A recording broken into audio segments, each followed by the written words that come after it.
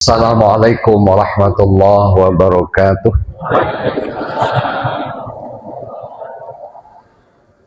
Bismillah walhamdulillah. Alhamdulillahilladzi unzila fihil Qur'an hudal linnasi wa bayyinatin minal huda wal furqan. Hadratul mukarramun, para kiai, para asatid wal asatidat, ketua dan segenap pengurus DKM Nurul Huda. Saya tuh survei sama ketua DKM 6 tahun yang lalu seperti itu dan sekarang masih seperti itu. Resepnya apa kira-kira? Apa karena punya yang muda? Bagaimana kira-kira itu ya? Oke. Kalau kakek saya TB Maskur ya memang sudah punya yang muda kira-kira itu ya. Hanya beliau awet muda. Bapak Ibu jamaah sekalian, syukur nikmat Allah berkahi umur kita, amin. Tidak terasa lebaran tinggal 20 hari lagi. Udah pada beli baju baru belum? THR udah dapat belum? Kok sama ya? Kalau yang dinas jadi kerja di perusahaan menunggu THR, yang bingung Ustadz yang ngasih THR ini siapa kira-kira ya? Bisa dijawab sama ketua DKM kira-kira?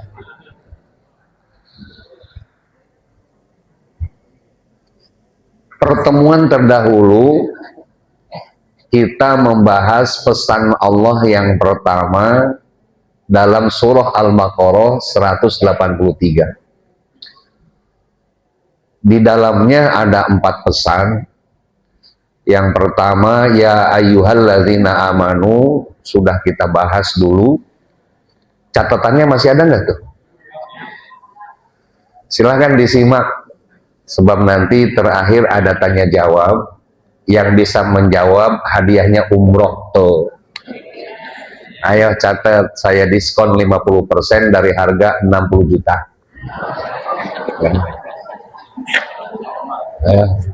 Baiklah. Tapi insya Allah selepas lebaran saya punya program umroh murah, cuman 10 juta. Yang mau ikut silakan daftar, tapi pakai pesawat Israel Airlines. Bis wajah-wajah diskon semua ya. Nah, pesan yang kedua kita akan bahas kutiba alaikumusiyam, dan pesan yang ketiga kama kutiba alal ladzina min qablikum, pesan yang keempat terakhir la'allakum tattaqun. Kita akan bahas pesan yang kedua aja ya, agak kurang sehat.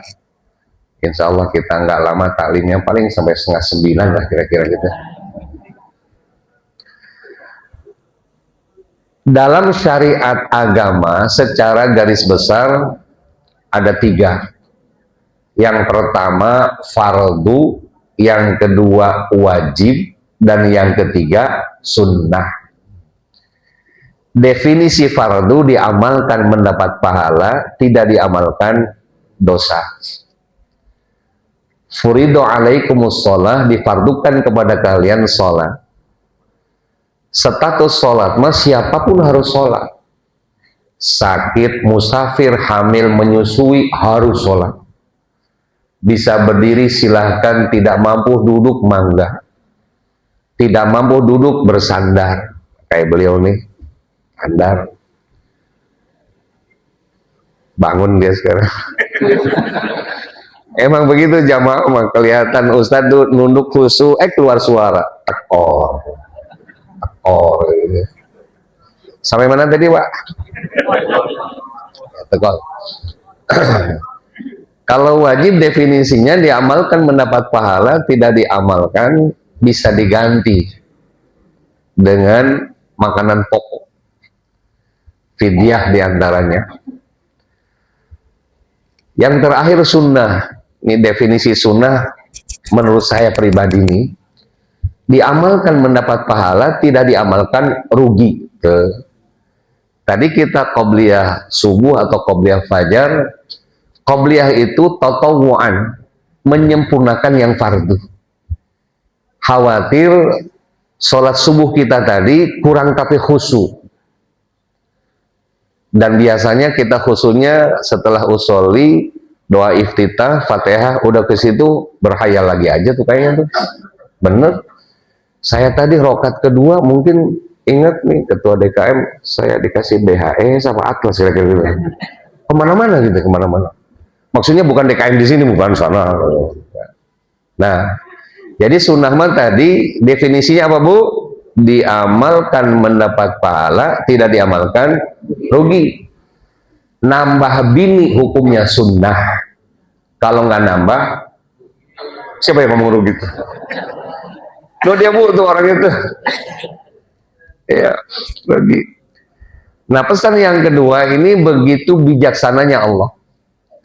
Allah itu yang sering kita baca tadi surahnya aja Ar-Rahman, Ar-Rahim.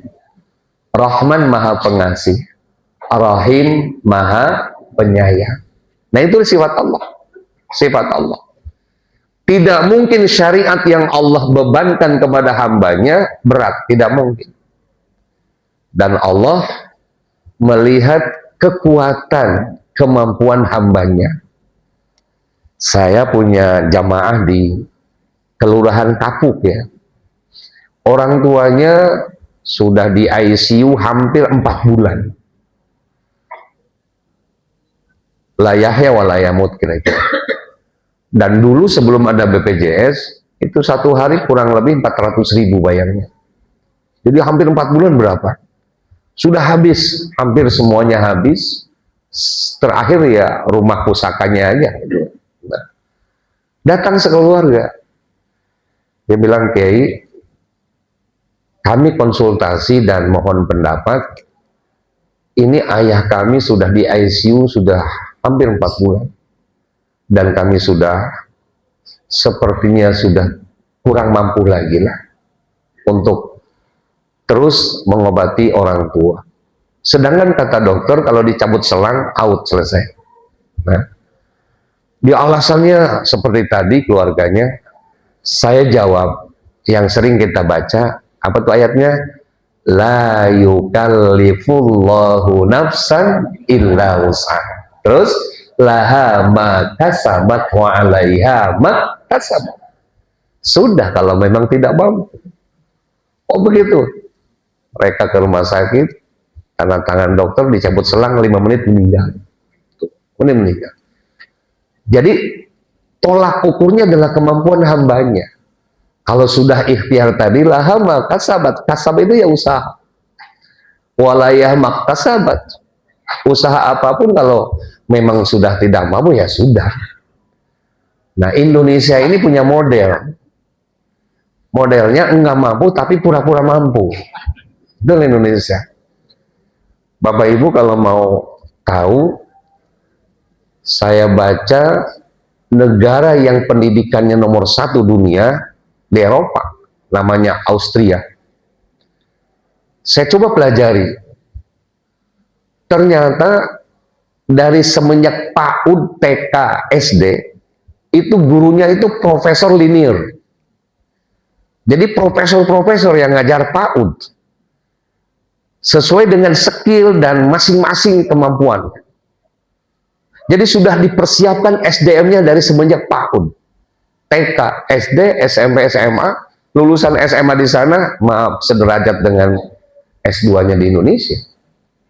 SMA di sana, oh pantas. Nah di kita punya duit, artis, ganteng atau jelek sekalian, nyalon DPR RI, hasil selesai, nanti di kantor di dinas di sana nyanyi-nyanyi selesai. Itulah Indonesia. Makanya saya udah agak nggak betah di Indonesia, pengen pindah ke Lampung. Iya, iya. Nah, itu Indonesia. Jadi mohon maaf ya, kita kritik sosial lah ya, biar apa negara kita sudah memang harus sudah maju, sudah harus maju. Baik. Nah, ketika ibadah puasa Allah tidak menyamakan hukumnya dengan sholat. Ternyata yang ibadah puasa mah boleh ada yang tidak berpuasa. Makanya mohon maaf saya ambil dulu, tidak boleh itu rumah makan segala macam di sweeping, tutup nggak boleh. Karena memang Ramadan mah seleksi untuk orang yang beriman. Ya itu aja. Berarti yang makan di pinggir jalan, yang makan siang hari, berarti orang yang tidak selesai sudah. Jadi nggak usah dipaksakan. Allah sendiri nggak memaksakan. Enggak tuh. Allah nggak memaksakan hambanya. Ya seleksi. Oke. Ibadah puasa bunyinya kutiba alaikumusiyam. Artiin bu, diwajibkan atas kalian berpuasa. Maka boleh ada orang yang tidak berpuasa. Siapa mereka? Faman kana minkum maridun aw ala safarin. Boleh orang yang tidak berpuasa kalau dia diuji sakit sama Allah. Sakitnya ada dua macam. Pertama udzur syar'i, yang kedua udzur adawi. Udzur syar'i adalah orang yang kata Rasul sudah sulit nyari obat, sudah lanjut usia, sudah jompo, sudah pikun. Jangankan menahan haus dan lapar, nahan napas saja susah. Maka boleh selamanya dia tidak berpuasa. Itulah hakikat kehidupan. Ya kehidupan itu bahasa menesnya evolusi. Ibu-ibu nih di hadapan kita nih, nenek-nenek semua kayaknya ya. Ya udah ngaku aja lu, mau gua tahu, udah jauh juga nenek-nenek mah ketahuan aja. Walaupun pakai legging, skincare, tetap nenek-nenek. Dengerin nek, itu nenek-nenek kita yang hadir di sini umur 17 tahun dulu, wah bening, yang ngerebutin kayak bola sepak, sini 11, sini 11. Udah umur 25 tahun kayak bola basket, yang ngerebutin di sini 6, sini 6. Kalau udah 45 tahun kayak bola pingpong. Buat lu aja. Buat lu aja. Kalau udah 65 tahun kayak bola golf. Ditaruh tuh bola, dipukul, shoot, bodo amat tuh nenek-nenek mau kemana kek. Emang dicari sama lu kagak, dengerin nek. Harus nyadar lu, nyadar. Itulah mano sekali dia ngomong siakai. Ya ini sia-sia. Supaya satu-satu, laki-laki juga begitu bu. Laki-laki umur 20 tahun, mohon maaf, seperti anjing packing, harganya mahal. Mahal harganya walaupun kecil. Itu ratusan juta. Kenapa? Waduh, gengsinya tinggi. Waduh, masa keemasan. Mau apel malam minggu, dompet lepet diganjel pakai koran. Aki saya ketawa, pengalaman. Iya. Ini aki saya ini dari dulu emang pemuda alim, nggak pernah ngerokok, nggak pernah rokok dari dulu. Betul. Dulu kan itu ya. Nah, jadi itulah laki-laki. Laki-laki umur 40 tahun, 45, hati-hati. Mohon maaf, seperti anjing helder. Serba ingin menginvestigasi. Hati-hati. Ngayap kemana-mana. Hati-hati. Makanya kalau punya suami umur 40, 45 tahun, itu disebut dengan go or no.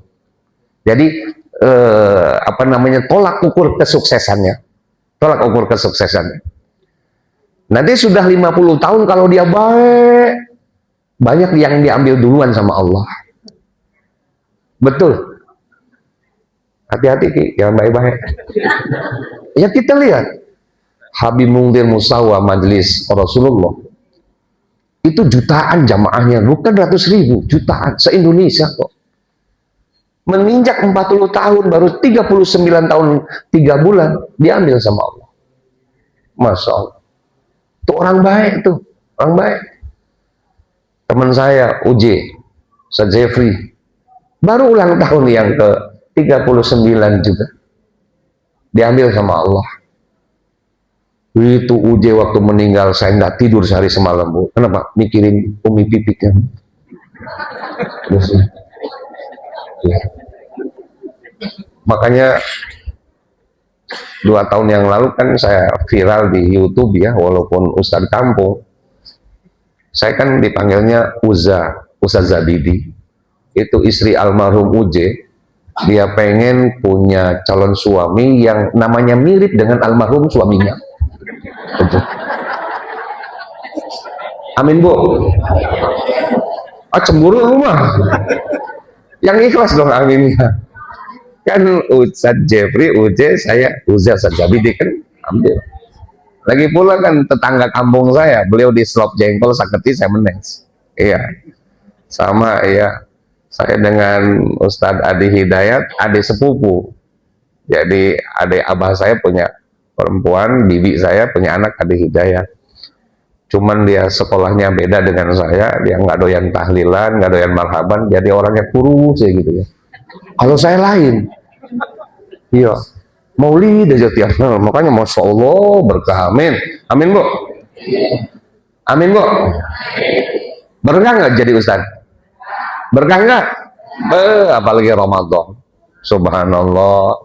Saya tadi malam taraweh di RSUD Cengkareng, kuliah subuh di sini, nanti kultum siang di Banten, di Serang, nanti bukber di masih jadwal di Banten juga. 4 tempat sehari semalam Pak, kali 5 juta berapa coba? Amin gitu. Tenang aja DKM sini mah. CS. Anak istri saya nggak doyan amplop, nggak doyan amplop. Nggak, alhamdulillah. Tenang aja kan gitu. Makanya saya bilang dari dulu ibu-ibu di sini punya anak perempuan, kawinin sama Ustaz. Udah ada yang ditanya Ustaznya punya istri apakah nggak, kasihin aja, udah kasihin aja. Ya. Amin Bu. Nah, sampai mana tadi ya? Kemana-mana. Baik, J, itu ya. Ya Allah, selang tidak lama guru kita Ustadz Arifin Ilham menginjak 41 tahun. Diambil sama Allah. Tuh. Buya kita di Cilongok, Buya Uci. Belum 50 tahun. Udah diambil sama Allah. Subhanallah. Alhamdulillah saya hari ini sudah 56 tahun. Udah kelewat dah. Alhamdulillah. Baik-baik yang masih umur 45-50. Hati-hati. Ya. Nah, kembali tadi laki-laki umur 45 tahun, 40 tahun seperti maaf anjing helder, disitulah tolak ukurnya. Kenapa Rasulullah dibebankan derajat Nabi dan Rasul umur 40? Karena memang tolak ukur kedewasaannya manusia umur 40. Nah, sekali lagi Indonesia sudah jauh dari agama.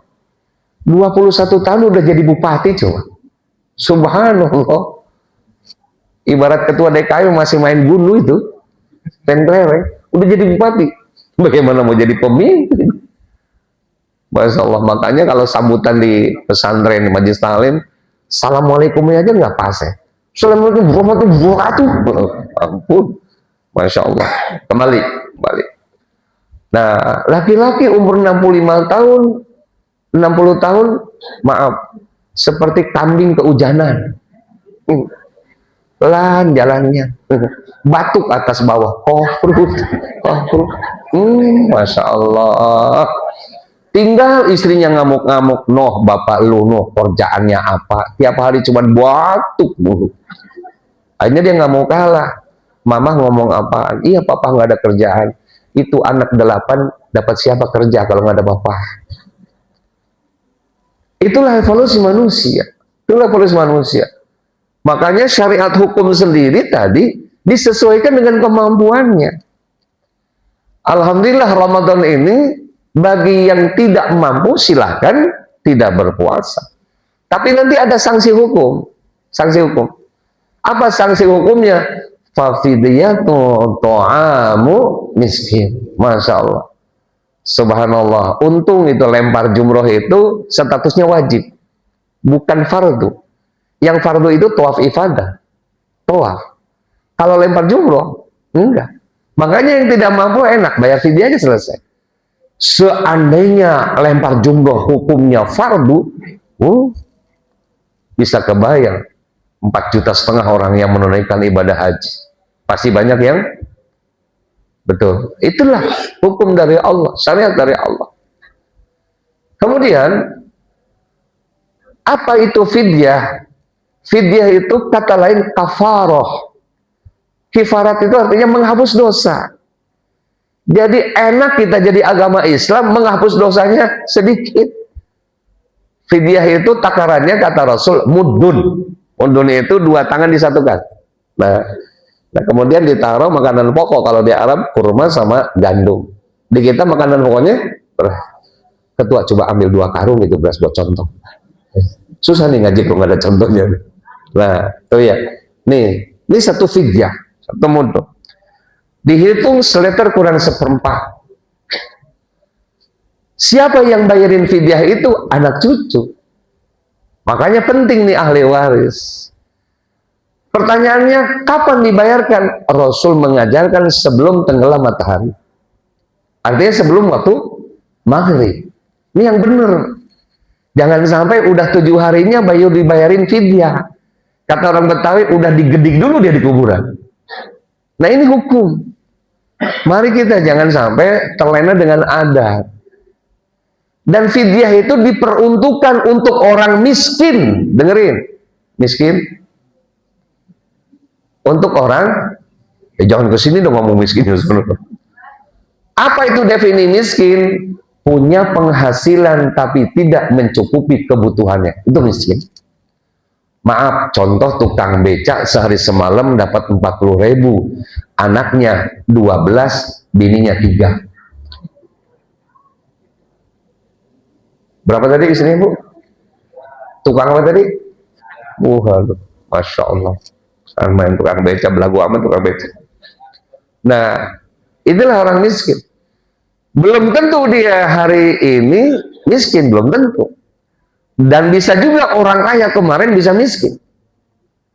Kemarin longsor, banjir di Sumatera, orang kaya, perumahan elit tiba-tiba terendam air, lahar, longsor, selesai dia nggak punya apa-apa, cuman lari bawa kolor doang, miskin ya tuh, miskin.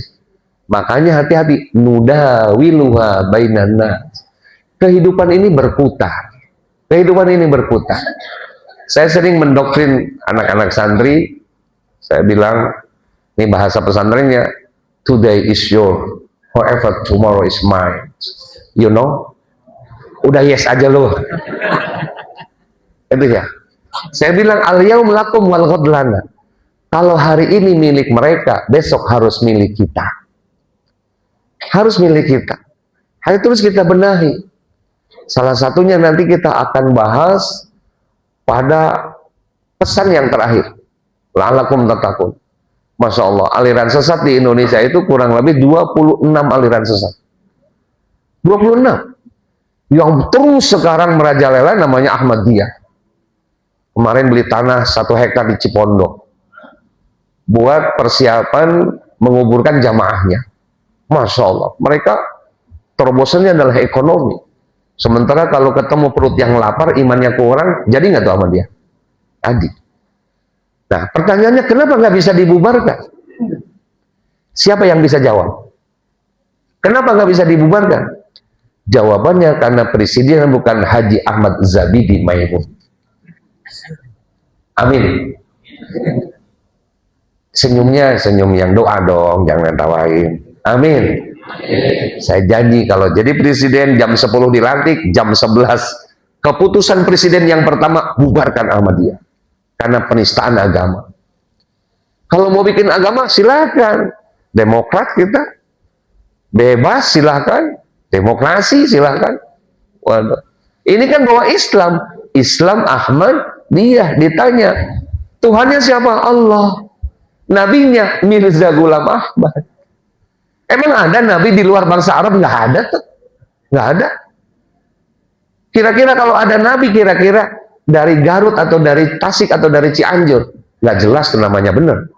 Paling nabinya Nabi Cecep, Ditatang. Mari kita sholawat kepada Nabi Cecep alaihissalam. Iya Cecep, ya mau Cecep, kira-kira gitu ya. Aduh, Masya Allah, kan nggak jelas. Apalagi kalau turun di Jawa kira-kira, wah namanya udah Noton, Nogoro, Sosrowijoyo, waduh, susah-susah dibuat. Nah ini nabinya dari India, dari Lahore, Panjab. Itu Mirza Ghulam Ahmad itu sebelum matinya dia penyakitnya stroke. Maaf, penyakit stroke itu penyakit berat, Pak. Kenapa? Karena baru 1 truk, berat gimana kalau 3 truk? Kepleset matinya di WC, kepalanya nyungsep ke lubang WC. Masa ada Nabi mati di WC? Tapi pengikutnya terus saja bertambah, Masya Allah.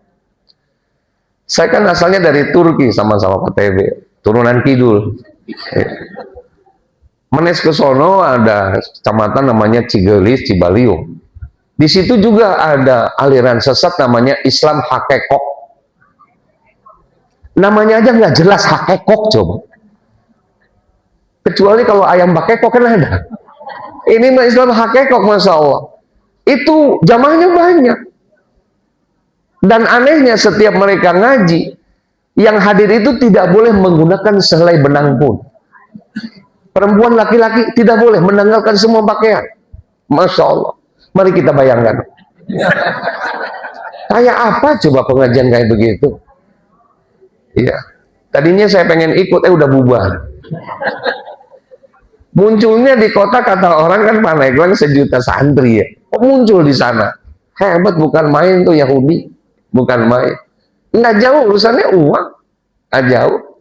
Itu di Cikesik itu Malingping muncul masjid yang besar, bagus, Masjid Ahmadiyah. Dengan Nurul Huda, ya 3 kali lipat lah bagusnya sana lah. Walaupun ini udah ada menara semuanya, Masya Allah, Alhamdulillah. Cuman karpetnya udah tipis kayaknya. Iya. Pertanyaannya, nanti kalau diganti baru, karpet ini kemana ya?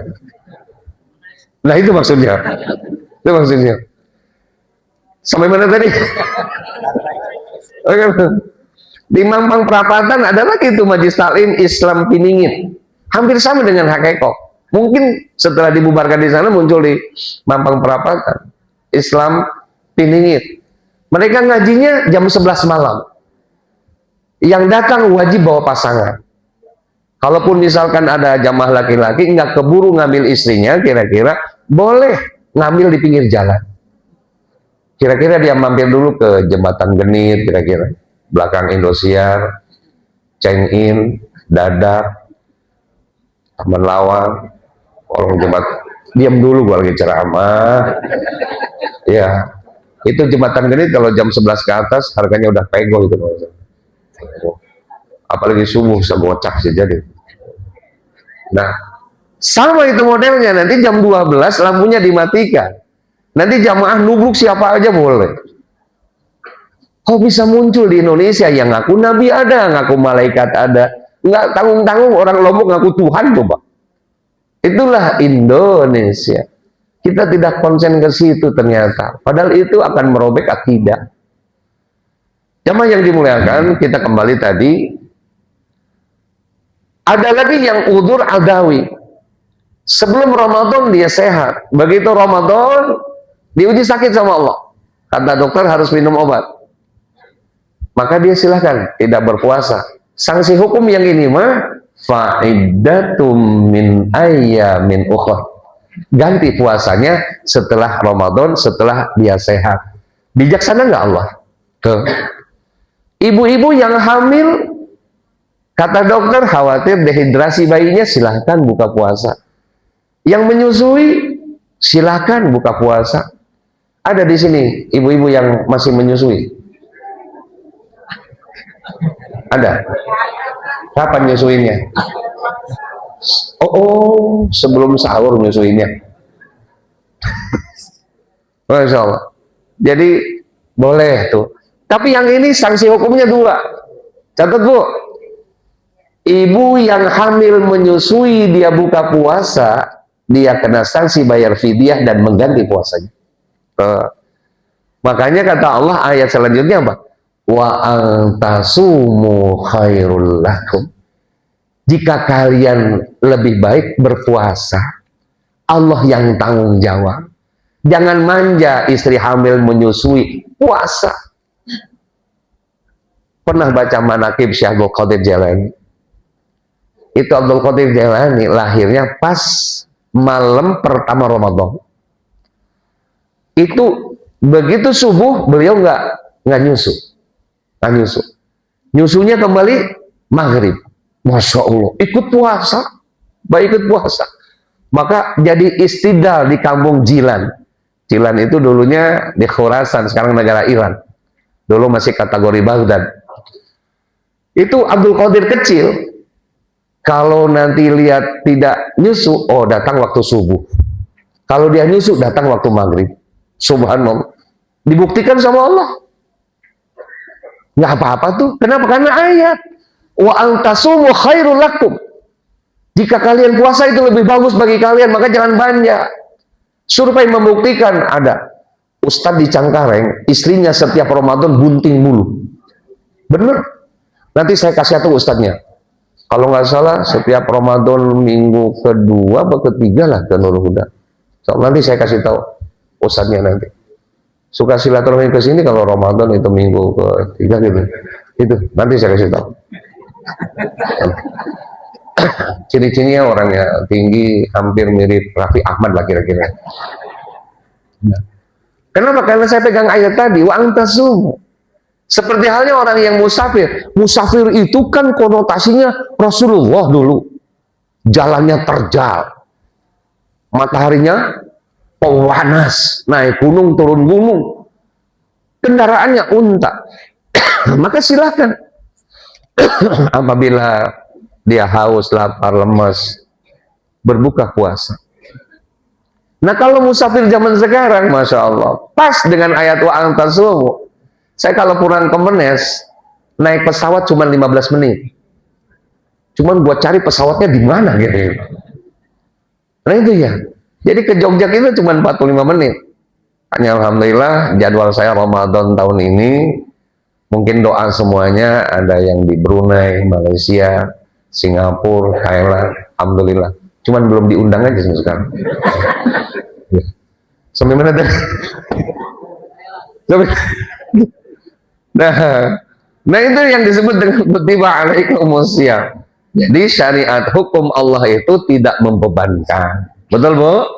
Makanya kata Imam Syafi'i, kenapa wanita ditutup semua kecuali mata? Itu haknya istri-istri baginda Rasul. Menjaga kemuliaan. Kalau istri kita silahkan buka wajah dan telapak tangan. Tuh itu kan hukum. Artinya supaya kita mengenal, oh itu ibu TB, oh itu ibu DKM, oh itu ibu RT. Ada di sini ibu RT. Nah, jadi supaya ta'aruf. Inna khalaqnakum min dzakari wa unsa wa ja'alnakum syu'uban wa qabaila lita'arrafu. Nah, untuk saling mengenal. Tapi ada aja kan, ibu pernah nggak ngelihat perempuan yang ditutup semua kecuali mata? Saya pernah ngeliat di pasar Cengkareng, gua bilang ninja kemana nih ya? Nah jadi itulah yang namanya syariat hukum. Yang kedua pesan dari Allah, Allah tidak membebankan hambanya sesuai dengan kemampuan kita. Makanya kalau ada orang Islam kira-kira Fatihahnya belum fasih, tapi dia berjamaah di Huda, insya Allah dia sah salatnya. Tapi kalau sholat sendiri di rumah, Fatihahnya belepotan, ngam-ngam ngalamin, kira-kira tidak sah sholatnya. Kenapa? Karena Fatihah bagian daripada fardu, rukun dalam sholat. Makanya mudah-mudahan yang seperti itu ya berjamaah. Jamaah yang dimuliakan tidak terasa sudah 8:30 kurang. Apa ada ya? Sekarang saya buka pertanyaan aja nih, buat ibu-ibu dulu, saya kasih. Ayo silakan, jangan malu-malu. Ini penting masalahnya. Ayo silakan Bu. Bu! Disuruh nanya, diam aja lu. Ayo, mana ya? Nanti sampai rumah ngedumel. Iya. Soal ada ibu-ibu di Cangkareng berani nanya, Ustaz gimana? Suami saya kok mancing terus. Kira-kira apa ilmunya? Masya Allah. Ilmunya saya bilang, ibu sebelum suami mancing, telentang tidurnya. Suaminya nggak jadi mancing. Gitu. Nggak ada, Bu. Ayo bapak-bapak. Bentar. Ada. Silakan. Oh, kanan. Ya, kalau nggak ada udah datang waktu isya. Ada. Oh, silakan. Assalamualaikum warahmatullahi wabarakatuh. Ini masih pandemi di sini ya? Oh iya. Iya. Siap. Siap. Seperti yang kita tahu kan, bahwa ada perbedaan antara dan sini. Ya. Baik. Baik. Nah, cuma pertanyaan saya, bahwa berdasarkan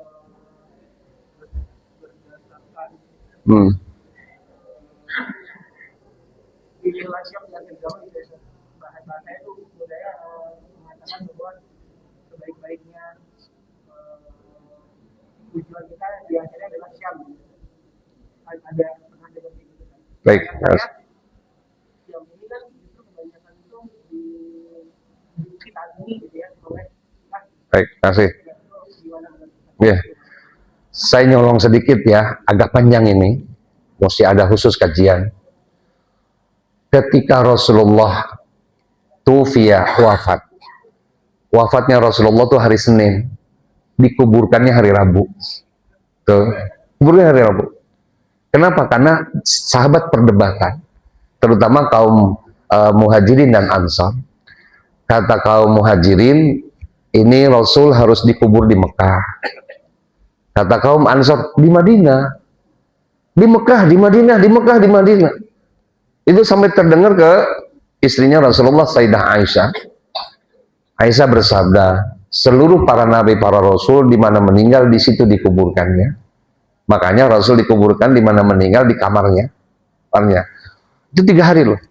Makanya kadang-kadang hadis itu ada paradok. Hadis itu. Rasul bersabda dalam hadis yang lain, asri'u bizanajati.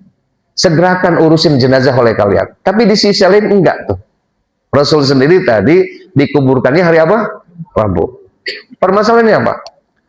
Ketika di luar para sahabat, di luar daripada ahlul bait.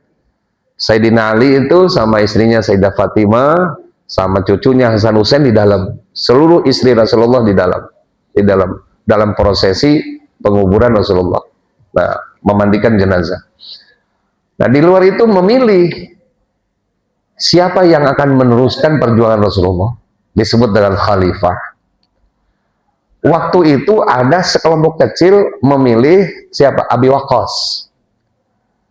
Akhirnya datanglah Umar. Umar kan temperamen orangnya.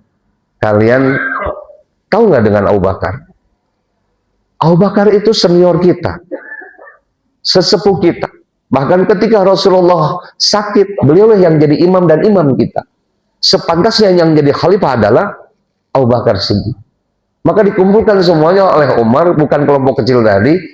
Terjadilah pemilihan yang memilih siapa tadi? Abu Bakar Siddiq radhiyallahu anhu. Nah, selesai. Tidak sampai seminggu, rumor muncul. Ketika pemilihan Abu Bakar Siddiq, Ali tidak diajak. Disebut dengan Ahlul Bait. Mereka membuat kelompok kecil namanya Syi'i. Terus menjadi kelompok besar namanya Syiah. Alasan mereka adalah Ahlul Bait.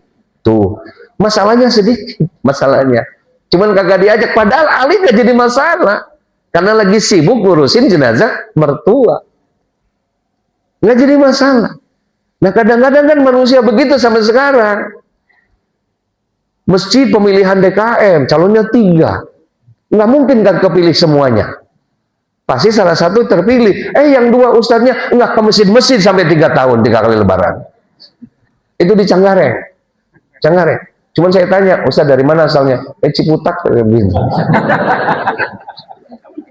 Pon Gedaung. Pokoknya dari pom bensin ke kiri langsung masuk. Aduh, Masya Allah. Nah, oke.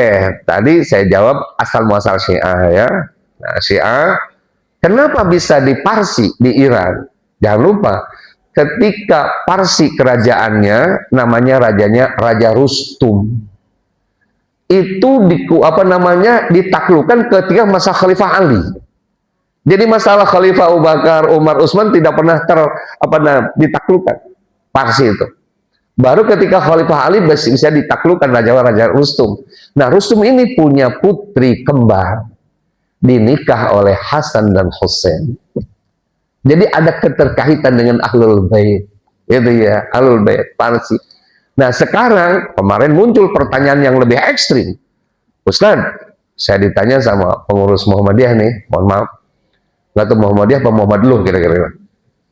Nah, Ustaz, apa betul Iran itu fan Parsinisme bukan fan Islamisme? Ya saya bilang enggak dong. Tetap mereka menekankan keislaman. Maksudnya apa? Parsi itu karena dari nenek moyang petarung, gengsinya tinggi, jadi nggak mungkin mereka menyerah dengan siapapun. Itu Parsi. Memang sejarahnya begitu. Mongol Genghis Khan itu yang tidak terlakukan oleh Majapahit. Jadi Majapahit itu radius kekuasaannya sampai Sri Lanka. Wah, ini kajiannya khusus mas ini. Wah, di luar tema ini mas. Jadi harus double nih urusannya mak. Oke, saya jawab terakhir. Tadi memang Rasulullah pernah bersabda, di akhir zaman berdekatlah dengan orang-orang Syam. Syam itu mas tidak termasuk Parsi. Syam itu 5 negara nih. Itu 1 Syria, 2 Libanon, 3 Palestina, 4 Jordania, 5 Irak. Disebut Syam. Jadi orang-orang Syria yang terdahulu gitu masih kakek-kakek nenek-nenek nyebut Syria itu nggak pernah, Syam nyebutnya, Syam. Dan itu satu gubernuran namanya Abu Abdillah dulu. Waktu masih Khalifah Umar bin Khattab, pernah Abu Abdullah Umar bin Khattab ziarah ke Syria, ke Syam ketika pandemi, ketika ada virus. Dulu pernah ada virus, gitu ya. Nah, di situ dialog tentang takdir dengan Abu Abdullah. Baik, jadi saya sampaikan tidak menjadi patokan tentang itu. Yang kedua, ya silahkan.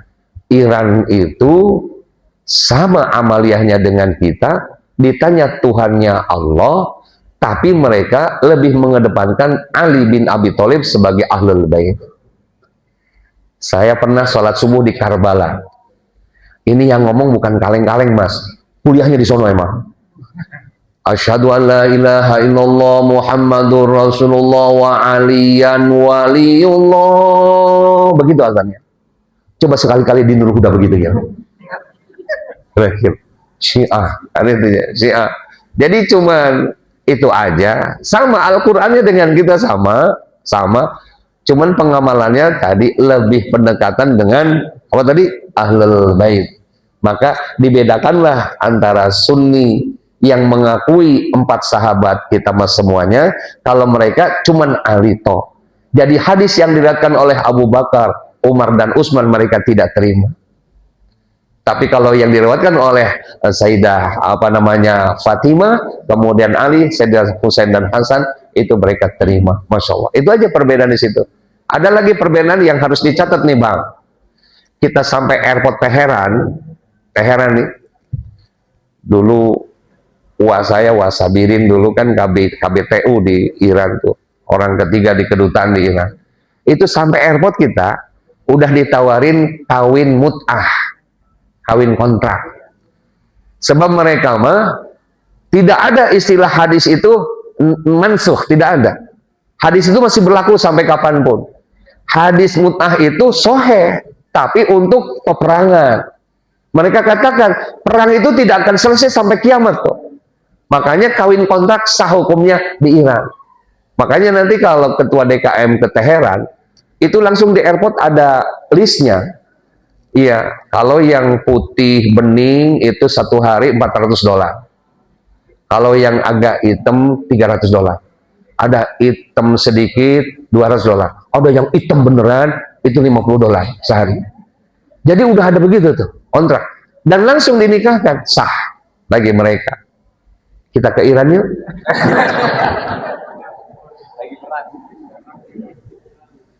Sayang perang udah nggak ada di Indonesia.